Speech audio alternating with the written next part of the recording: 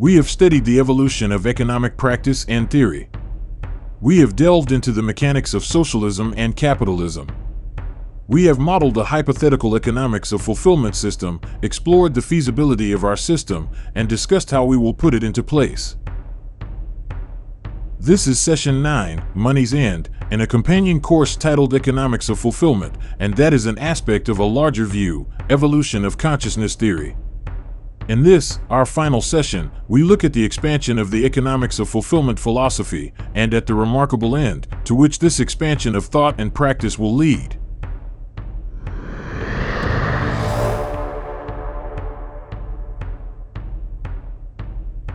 The first economics of fulfillment systems will function as islands of freedom, abundance, and creative expression, as systems of hypercreativity and free enterprise, importing and exporting to the outside economy. In time, the isolation of these economic units will end. Economics of fulfillment communities will grow and merge to reshape the economic landscape on a global scale. Central to the reshaping of the economic landscape will be the decline of scarcity-based economics. Forced to live by a set of rules where there must be winners and losers, scarcity-based businesses will find it increasingly difficult to compete with economics of fulfillment businesses. Similarly, traditional governments will find it harder to collect tax revenues. The power of the ruling elite and of the bureaucratic class through which the elite maintain their influence will wane.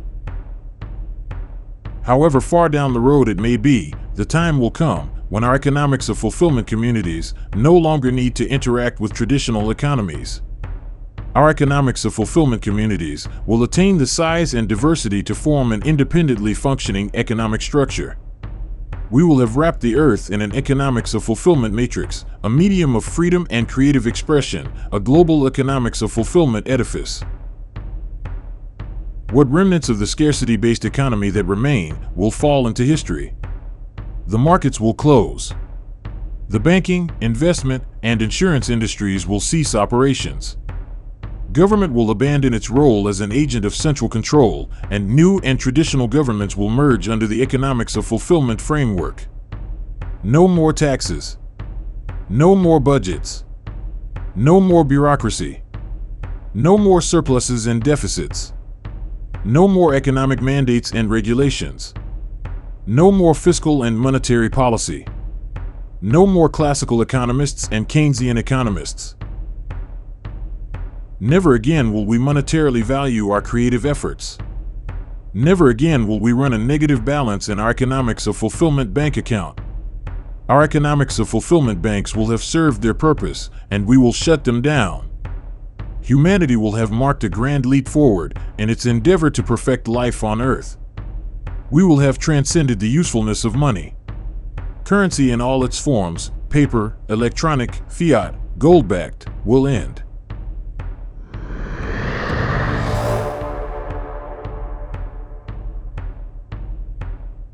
With the creative energy expended to account for money unleashed, the creative process will propel social and cultural evolution to a period of unprecedented wealth, to an age of never-before experienced personal expression and material well-being.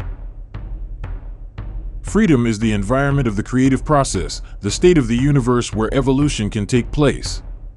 Freedom is the desire that, when realized, and that through the action of its realization, opens the way to our future. Economic freedom will define our lives. Economic freedom will allow the individual to attain his or her highest state of being. Economic freedom will also allow humanity to evolve beyond the economic philosophy that made heightened freedom possible, beyond economics of fulfillment. Humanity will have liberated itself from material burden to such an extent that economics itself will become an obsolete notion.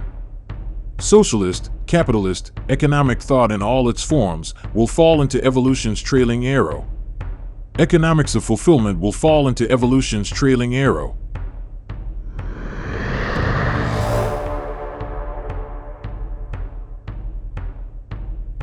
With the possibilities of tomorrow before us, we reflect on the world of today.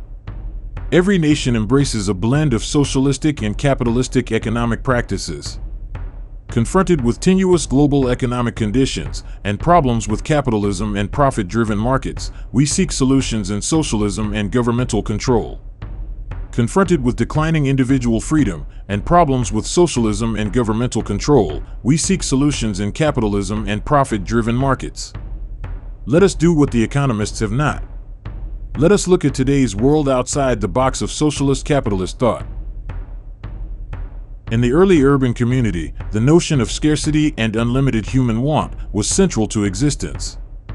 In the global economy of today, does the supposition have meaning?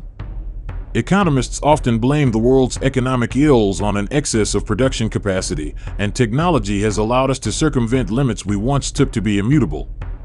For how many decades have we been told that we have reached peak oil?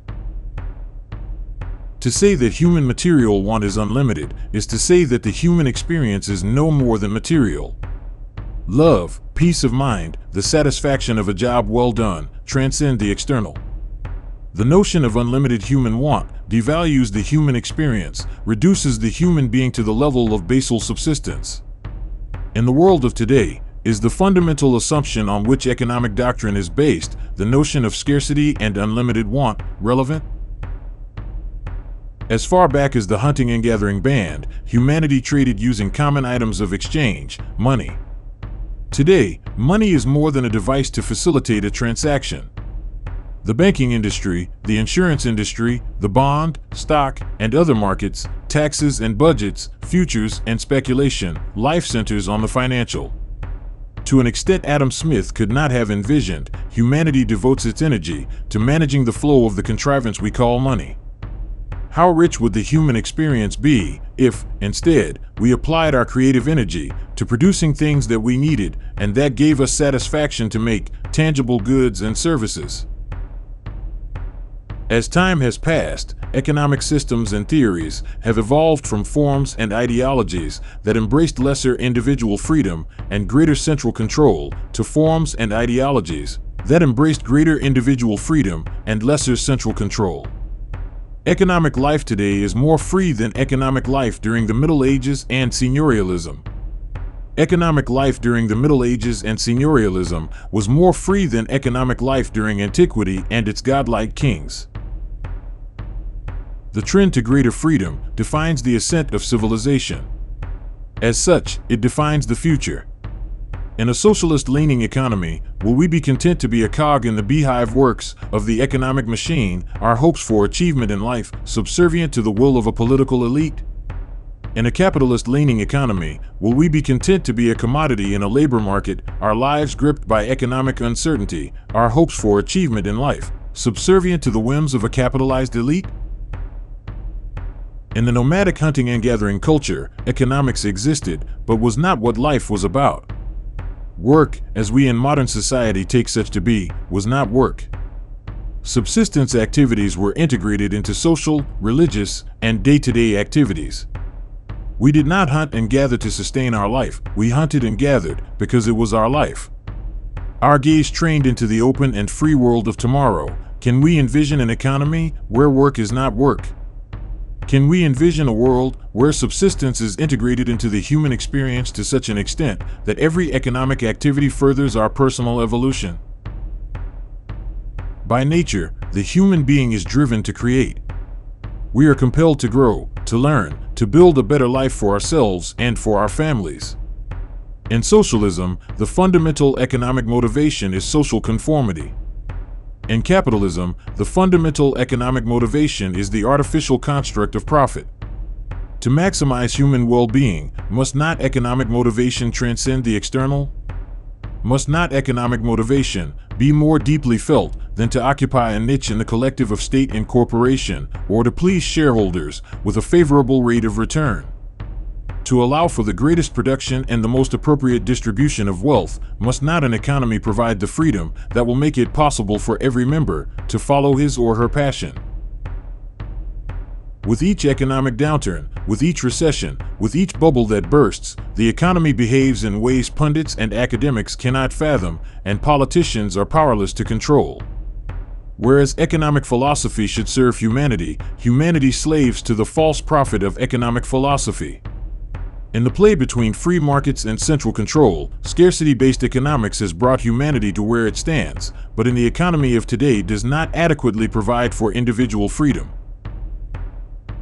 Locked in the box of socialist capitalist thought, we fail to confront the obvious. In whatever form it may manifest, scarcity-based economics is unable to create the opportunities for freedom and creative expression we as human beings desire, and, as the millennia-old trend in societal evolution to greater freedom and individuality thrusts forward, will increasingly demand. Are socialism and capitalism obsolete? Will humankind transcend to economics of fulfillment?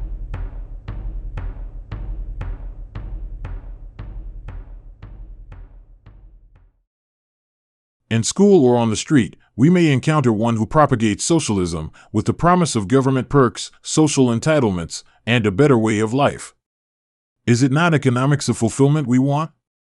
In school or on the street, we may encounter one who propagates capitalism with the promise of jobs, monetary accumulation, and a better way of life.